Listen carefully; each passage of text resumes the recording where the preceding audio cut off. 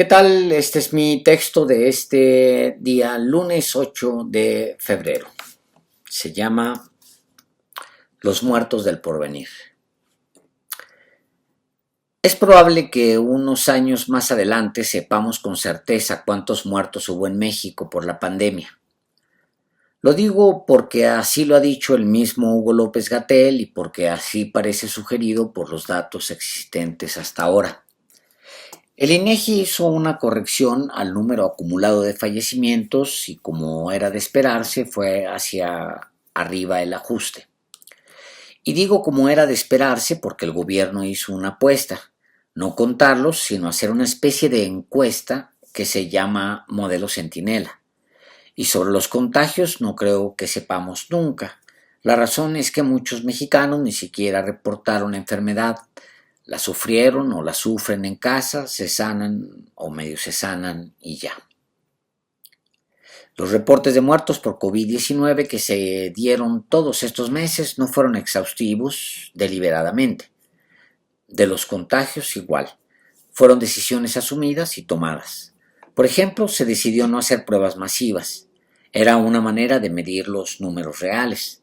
La decisión fue explícita, anunciada por el subsecretario de Salud y SAR Anticovid. En los años que vienen, independientemente del debate público, habrá un debate más académico sobre qué se hizo bien y qué se hizo mal en la estrategia de contención del virus. Cuando baje la bruma de la emergencia, se podrá analizar cómo nos agarró el SARS-CoV-2 y qué se hizo enseguida. Hace 10 años hubo una pandemia con epicentro en México y esta nos tomó sin haber hecho la tarea. Hospitales sin equipo y simulados, es decir, construidos a medias solo para cobrarlos, sin médicos ni enfermeras. Además, hubo que tomar decisiones en el camino y considerar factores que no son meramente de salud pública, sino económicos. Los miles y miles que están en el sector informal, el bajo nivel de ahorro de los mexicanos, incluso el outsourcing, la pobreza y la desigualdad. Todo eso impactó en las decisiones porque no fue solo un mándalos a sus casas, sino analizar cuánto tiempo podrían aguantar bajo el agua sin respirar.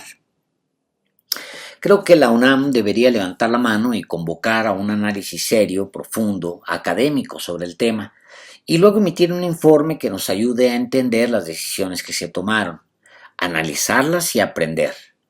La UNAM debería secuestrar la narrativa y garantizar la transparencia del análisis y no permitir que un Salomón Chertorivsky o un Felipe Calderón lo usen políticamente.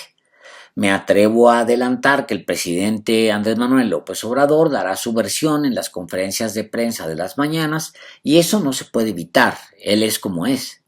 Se puede tomar su punto de vista como uno de los elementos del análisis y dejar que sea un equipo profesional, incluso con ayuda de la ONU, el que analice y presente resultados.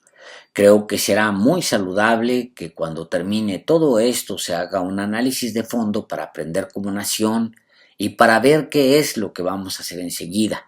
Como digo, hace 10 años hubo una pandemia con epicentro en México y mejor pudo Cuba hacer su propia vacuna que nosotros.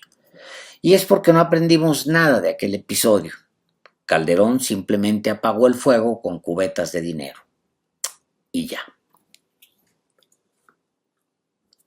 Cualquiera que me haya leído o escuchado desde que inició la pandemia sabe perfectamente que no uso a Hugo López-Gatell como fuente, salvo cuando es inevitable.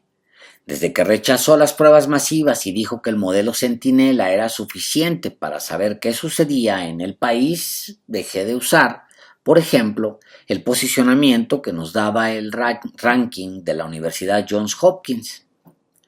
Lo dije en público y se me echaron encima. Me dijeron que todos los países hacían una especie de encuesta, López-Gatell Dixit, y yo dije que eso no era cierto, que los países no hacían sondeos de casos sino reportes sobre los totales, porque hacían pruebas. ¿Cómo iba a creerle a los números en ese cuadro? Y bueno, para evitar el acoso simplemente dejé de citar al subsecretario, que le crea el que quiera y ya, me dije. Obvio, el SAR Anticovid pudo corregir y no lo hizo con las pruebas masivas o con el modelo Centinela. Se siguió de largo.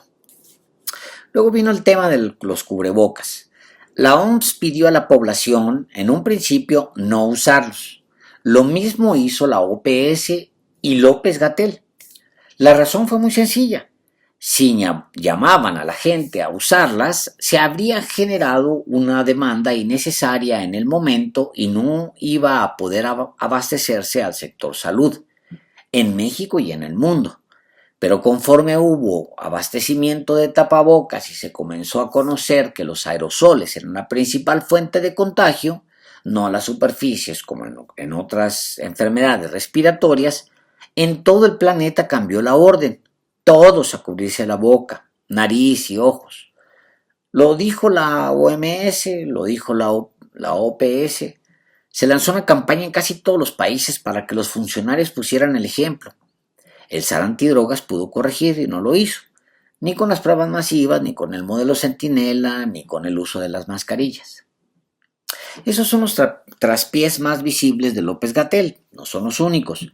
Se mantuvo en lo de la inmunidad de rebaño o de grupo, por ejemplo, durante mucho tiempo hasta que salieron estudios científicos que alertaron que esa apuesta comprometía a los más débiles. Millones no sobrevivirían.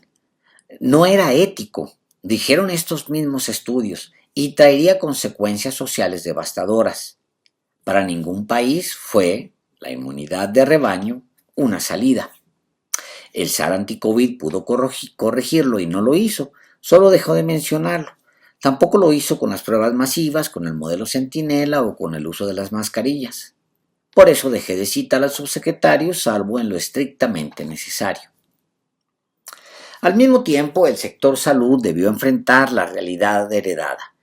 Un sistema en ruinas, saqueado durante décadas y demolido para entregarlo al sector privado, como Pemex o como la CFE, y mexicanos educados por la televisión a comer chatarra y a engordar hasta perder la vista, literal. Y así nos cayó la emergencia. Y debo decir que así agarró no solo a México, sino a muchos países del mundo. El liberalismo económico disolvió la seguridad social y eso se pagó en esta emergencia. Por eso insisto en que la UNAM, con ayuda de la ONU, debería levantar la mano, convocar académicos de prestigio muy alejados de la política y revisar la propuesta mexicana con un objetivo: aprender y prepararnos. Aprender y prepararnos a la voz de ya, porque todas las proyecciones indican que otra pandemia nos caerá en el corto plazo. Sería una estupidez tremenda que no aprendiéramos de esto. Sería contra natura que no lo hiciéramos ahora. Es probable que cuando sepamos cuántos muertos hubo en México por la pandemia ya estemos metidos en otra pandemia. Y sería estúpido suspender la contabilidad del pasado para agregar los muertos del porvenir. Muchas gracias.